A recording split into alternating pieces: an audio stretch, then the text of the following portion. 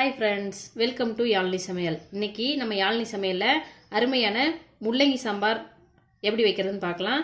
அதுக்கு முன்னாடி நம்ம சேனலை ஃபர்ஸ்ட் டைம் பார்க்குறவங்க சப்ஸ்கிரைப் பண்ணிக்கோங்க. கூடவே இருக்க பெல் ஐகானை கிளிக் பண்ணி ஆல் செலக்ட் பண்ணுங்க ஃப்ரெண்ட்ஸ். வாங்க வீடியோக்குள்ள போகலாம். தேவையான பொருட்கள் பார்த்துடலாம். நான் இன்னைக்கு ஒரு 200 கிராம் முள்ளங்கி எடுத்து நல்லா தோலெல்லாம் சீவிட்டு கட் பண்ணி எடுத்து வச்சிருக்கேன்.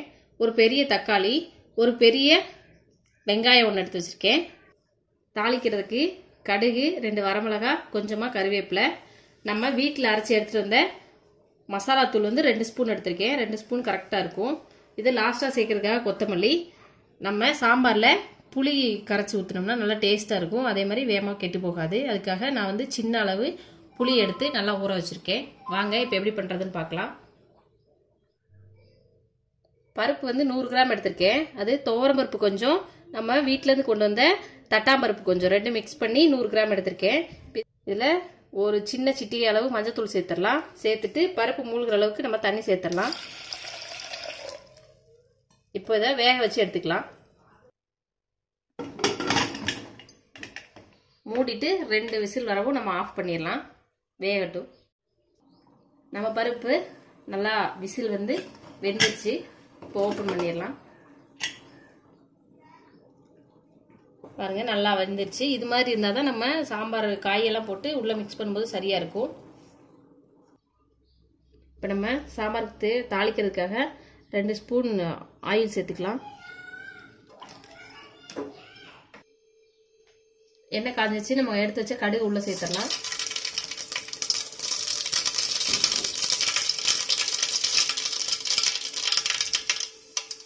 கருவேப்பிலையும் வரமிளகாயும் சேர்த்துடலாம்.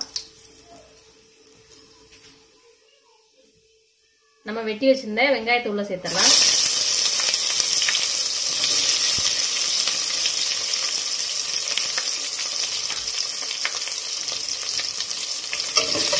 வெங்காயம் நல்லா பொன்னிறமா வதங்கட்டும். வெங்காயம் நல்லா வதங்கிடுச்சு. நம்ம இப்போ கட் பண்ணி வச்சிருந்த தக்காளி உள்ள சேர்த்துடலாம்.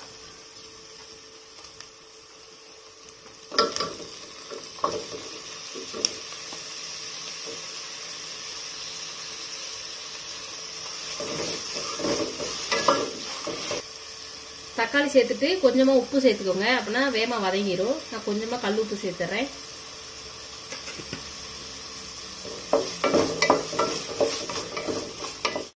நம்ம கட் பண்ணி வச்ச முள்ளங்கியை சேர்த்து வதக்கிடலாம்.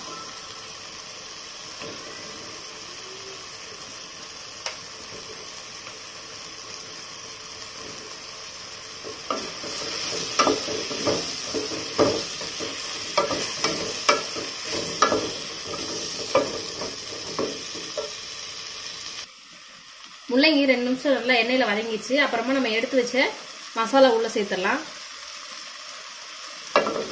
மசாலாவோட நல்லா மிக்ஸ் பண்ணி விட்டுறலாம்.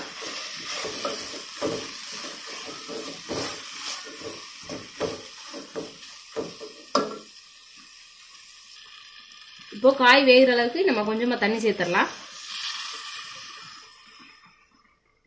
காய் அரை வேக்கடை வெந்துருச்சு. இப்போ நம்ம வேக வச்சு எடுத்து வச்சிருந்த பருப்பு உள்ள சேர்த்துடலாம்.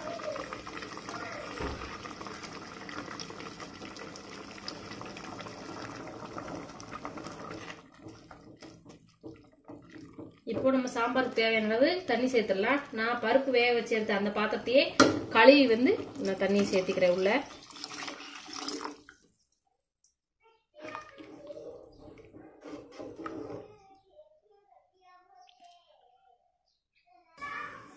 இப்போ நம்ம உப்பு சேர்த்துடலாம்.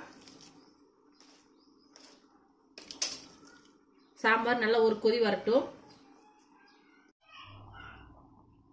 நம்ம சாம்பார் நல்லா கொதிச்சிருச்சு. இப்போ நம்ம காய் நல்லா வெந்துருச்சு. நம்ம எடுத்து வச்சிருந்த புளிக்கரசல உள்ள சேர்த்துடலாம்.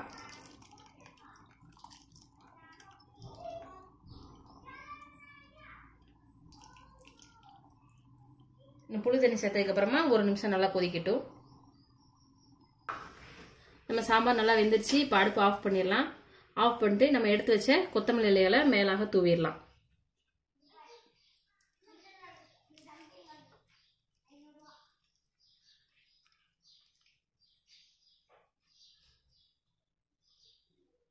அவ்வளவுதான். நம்ம சூடான சுவையான முள்ளங்கி சாம்பார் நல்லா ரெடி ஆயிடுச்சு. இந்த வீடியோ உங்களுக்கு பிடிச்சிருந்தா நம்ம சேனலை சப்ஸ்கிரைப் பண்ணுங்க friends. Thank you for watching.